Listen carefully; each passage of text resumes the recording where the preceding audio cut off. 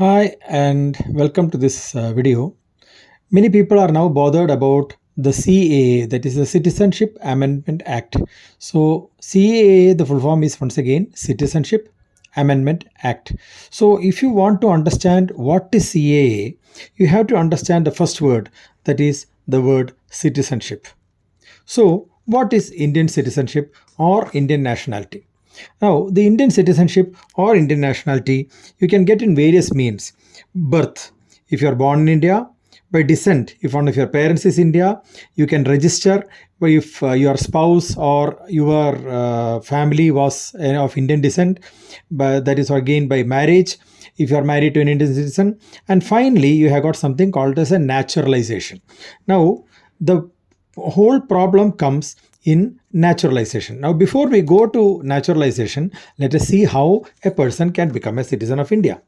Now, when I start this part, please remember that everything that I say has got an exception. Some rules are there. The government has the capacity to alter these rules to give citizenship to whoever they want without any of these things. So the government does have the power to amend or give citizenship to a person or deny citizenship to a person, even if all these things are followed. But anyway, coming back to the citizenship, birth.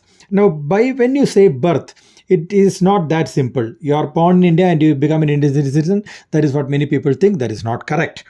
Now, from 1950 to 1987, your Indian citizenship was automatic. All you have to do, you have to be born in India up to 1987 and you are automatically an Indian citizen.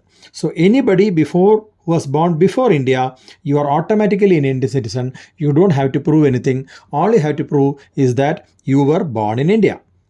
Now, from 1987 to 2004, one parent had to be an Indian citizen. So, if your father or your mother is there and he or she is an Indian citizen, then you immediately become an Indian citizen. But from 2004, the rule has changed. Now, for anybody born after 2004, both parents have to be an Indian citizen. So, those who are born after 2004 don't automatically become Indian citizens simply by being born in India. Your parents, both of them, have to be born in India. Then, descent. Descent is another thing, that is, one parent has to be a citizen in India, and this is for people who are born outside India. For example, if a child was born in Canada or America and one parent is a citizen, then you have got a 5 years waiting period for naturalization. So the magic number here is 5. You don't automatically become an Indian citizen. You apply for Indian citizenship saying that my father or mother was an Indian citizen, and then you have got to wait 5 years. Marriage, you got 7 years of waiting. So you marry an Indian citizen and the time period is 7 years. And finally, naturalization. You come to India from another country and you have got the 11 plus 1 rule. Now, why is it 11 plus 1? The last 1 year during which you finally get your citizenship, it has to be in India completely. You can't go outside. But the other 11 years is within a period of 14 years. So the total time period being 14 years, of those 14 years, the 11 years has to come within these 14 years. So during this 14-year period, you have to have 11. Suppose this 11 years was within 18 years or 16 years, it is not going to allow you to make an Indian citizen, which means you have to spend the majority of time inside India. So it is 11 plus 1 and 12 years. Now here is the biggest thing. So you look at these numbers. This is the time taken. So any person who is coming to India from Afghanistan, Pakistan, Nepal or America and he is applying for an Indian citizenship, he has to wait a period of 12 years. So this is the 12 years that the Citizenship Amendment Act is trying to fix.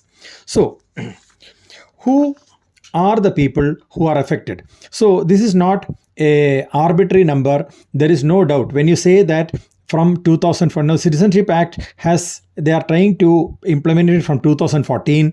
So it is applicable only before 2014, and we actually have a statistics of who are the people, who are the religions and all these things. So the total number of people who are going to be covered by Citizenship Amendment Act is 31,313, of which the Hindus are 25,447, Sikhs 5,807, Christians are 55 in number, Buddhists are 2 in number, Parsis are 2 in number, Muslims are 0, Jews are 0, Jains are 0, and of course atheists are also 0. So we have got people of almost all religions in this group except Muslims.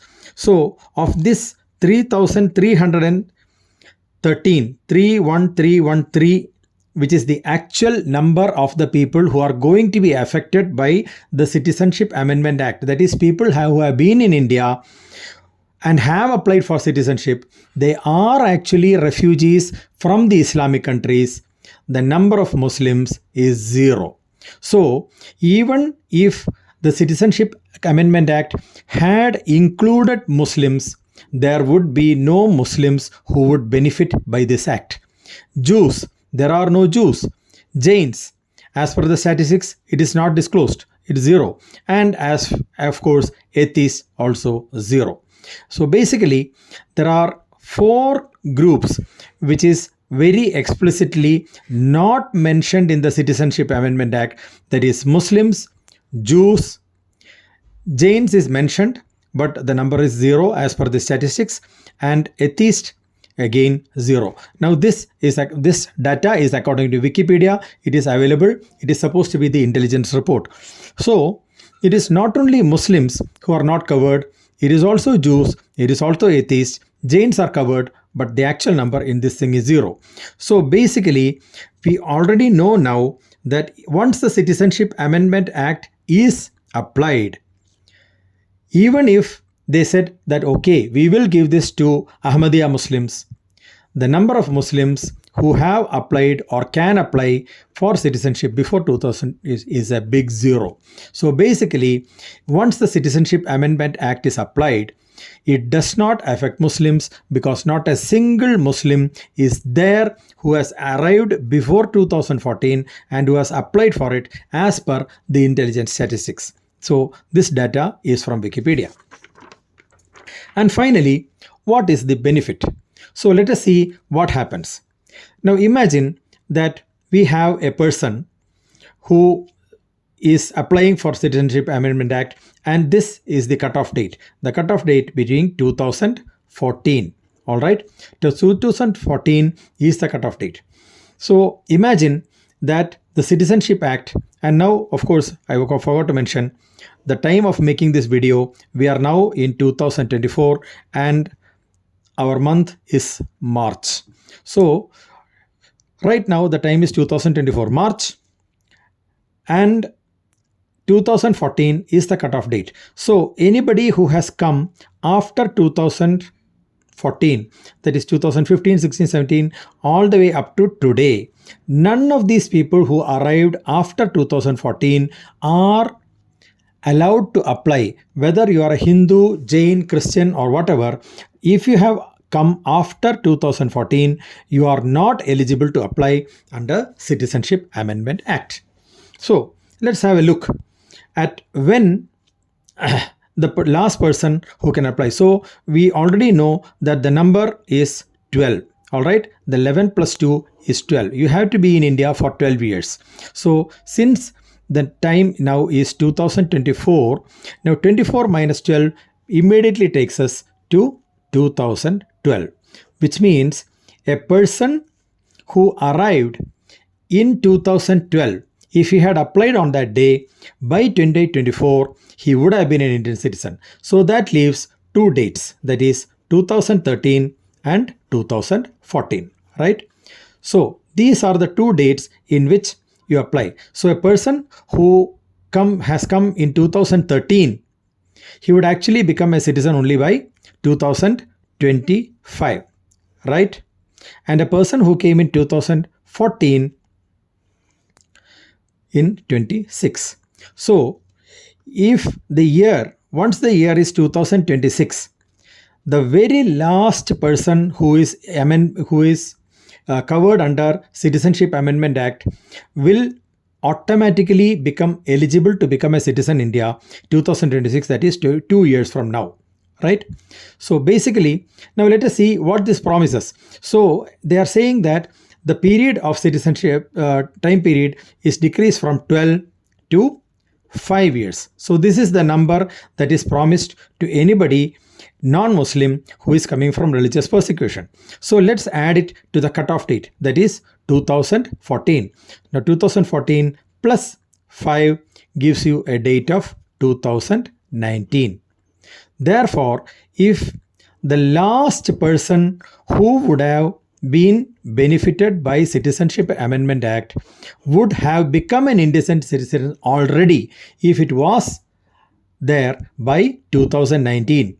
So, if Citizenship Amendment Act had been passed, the person in 2000 who came in 2014 would have become a citizen by 2019. But unfortunately, right now the year is 2024. So the person, even the last person who came, is not going to get the benefit because his 5 years was over so many years ago. So in 2019, he would have become an Indian citizen if it has been passed. But unfortunately, that is not going to be there. And all he has to do is wait 2 more years till 2026, and the last person who came in 2014 of these 30,000, 31,000, whatever, will become an Indian citizen. So basically, the Citizenship Amendment Act promises to give an easy citizenship only to 2 people, that is those who came in 2013 and those who came in 2014. That's the problem here, because all those other people before this date have already become Indian citizens. Every single person up to 2012 has probably become an Indian citizen if they have applied on time. Now, I am not saying that as soon as you apply, for example, Adnan Sami is a very famous person, a singer, a Pakistani singer. He applied for Indian citizenship and it took Adnan Sami 18 years to become an Indian citizen. So, the 12 years is not really that practical, right? That is, it's not like you apply for the Indian citizenship and exactly within 12 years you become an Indian citizen. No. It took one of the most famous Pakistanis who defected to India, Adnan Sami, took 18 years to get an Indian citizenship. It is not 12. So what I'm talking about here is theory. I'm not talking about the practical aspect of getting Indian citizenship, but whatever. The last person who came in 2013, he should have gotten in 2019 and he has already missed the boat. So basically, even the last person who came in 2014 is not going to get the benefit of Citizenship Amendment Act. So basically, we are now have understood that only people who came in 2013 and 2014 are technically going to benefit from it, which is basically going to be a minuscule number of people, and whether that they exist or not is a big question mark. We don't know who they are, when they came. All those things are a big question mark. Nobody knows. And finally, we go on to back to the citizenship. Whom does it benefit? That is a big question mark. If it just gives 1 year or 2 year advantage to the people who are applying, basically Citizenship Amendment Act is basically an imaginary law, because it basically does not help anybody at all. And even if it does help them, it just gives them a saving of 2 years. 2 years to become an Indian citizen, and all they have to do is wait till 2026 and they will automatically become an Indian citizen.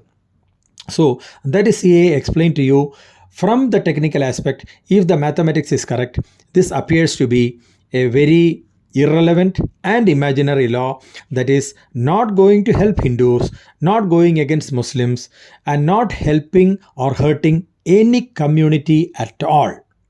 So this is the video. I thank you for watching the whole thing and hope that you can verify it. Your comments are welcome. Thank you so much.